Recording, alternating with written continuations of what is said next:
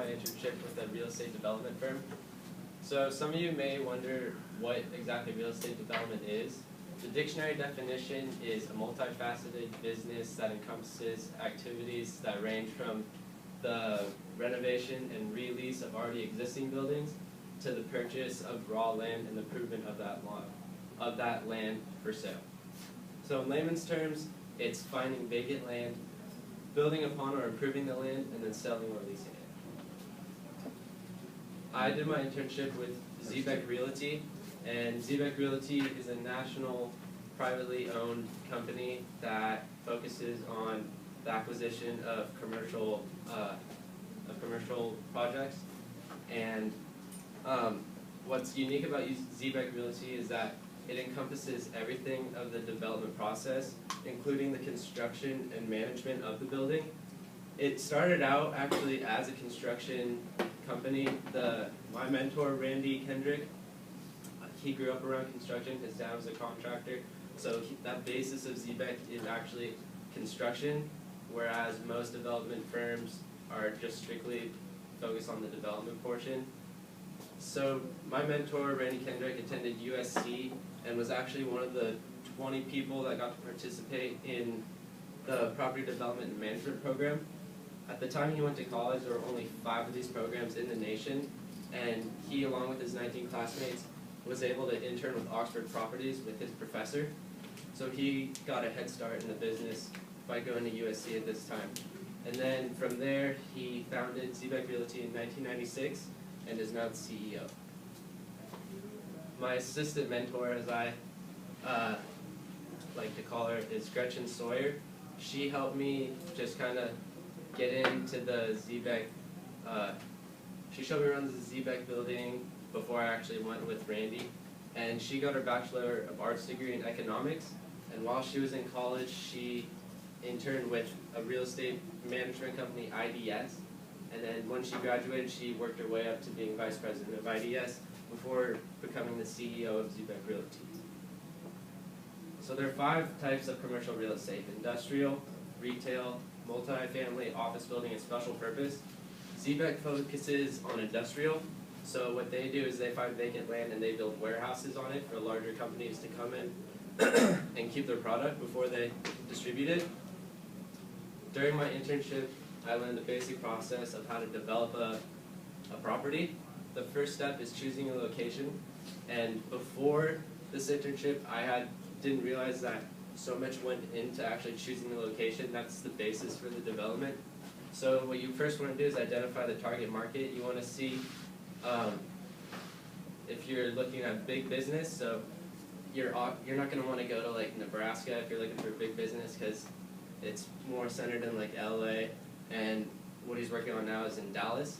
So you identify the target market, study the demographics and the economic trends, make sure that there's actually enough money in that area to where you can make a profit.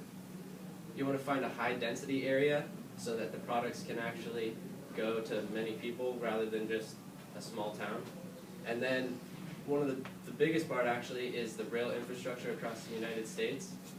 There are 6 major what are called intermodal locations, which is where you see here all the containers get switched from train to truck. And these are very important because companies don't want to have to truck their product a long distance to get to the trains so that they can ship them across the United States, because that just costs more money.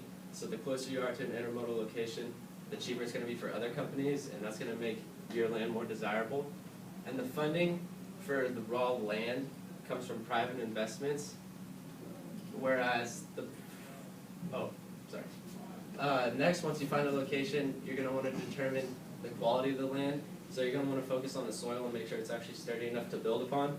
And then you have to talk to the city and make sure that that land is actually zoned for development, because there are different types of zoning. Some land you're just not allowed to build on. And then you're going to want to hire an environmental agency to do an EIR report, which EIR stands for Environmental Informational Report. And that takes everything into account, whether they're rare plant species, animal species, how the traffic is going to affect the environment around your building, what kind of air pollution will come from your building, and then if the sound is going to disturb anybody in the neighborhood around your building. So once you have the location settled, the development starts, and the funding for this portion comes from pension funds, because these projects cost upwards of like $300 million. So you have to have really large sums of money to actually complete the project. You're going to have to obtain all the necessary permits, so building, electrical, plumbing, etc., so that you won't get sued for building on that location. And you're going to have all the necessary components of actually constructing the building, so you're going to need to hire contractors, engineers, architects to actually get the construction done, and then you're going to want to follow up and check on it every so often, because my mentor said that nothing ever goes according to plan, and if you catch a mistake early on in the process, then it's not that big of a deal later. So the step 4 is maintenance once the construction is done. If you lease the property, you're going to want to have a maintenance team check up on it to make sure the tenants are pleased with everything. And the buyers of these buildings, or whoever leases the building, is going to be a large company where they can keep their products. Right here you can see they use them as distribution centers, so they keep their mass amounts of product in this building, in this warehouse, before they distribute it to the retail stores across the country. And they use the rails, which, like I said before, you want to find property where that is close to the railroads or the intermodal structures, so that you can actually get your product there quickly and out to the retail stores quickly. Other uses of these warehouses will be what are called fulfillment centers. So as you can see here, Amazon.com use it as a fulfillment center, so they keep their product there, and people actually buy it straight out of the warehouse, and they ship it just from the warehouse to the actual customers, so they don't go to retail stores. The day of my internship, my mentor brought me to a business meeting with the CEO and the COO of CT Real Estate. James C. Watson is better known as Waddy in the industry. He is the CEO of CT Real Estate, which is based out of Aliso Viejo. My mentor Randy and Waddy are planning to work with Goodman Bircher, which is a huge company across the world. They're the #1 logistic group in the USA. They have offices in more than 20 countries around the world, 5 of the continents, and their asset value is over $20 billion. So you can just understand just how big a company this is. And I got to sit in on this meeting with these two huge figures. This is Brandon Bircher. He is the CEO of the office in the USA. And then this is Sandy Sherman, who he just is like his assistant pretty much. So after I sat in on the meeting, somebody from the OC Business Journal came in and interviewed Randy and Waddy about their new project in Texas. They bought 530 acres in Texas, and they're planning on building over 9 million square feet worth of buildings on there. It's a huge project. It's going to cost over $500 million, and that's why they wanted to work with Goodman Bircher, because Goodman Bircher has the money to fund this project. This is actually, right here, this is the plot of land that they bought. It's just a huge sum of land, as you can see here. And after my internship, I mean, I enjoyed the experience. I found some of the things really interesting, but I just feel that my strengths and abilities lie in other areas rather than just finding land. So I don't think I want to go into this field when I graduate from college. Thank you for your time. At this time, you can ask me any questions if you'd like.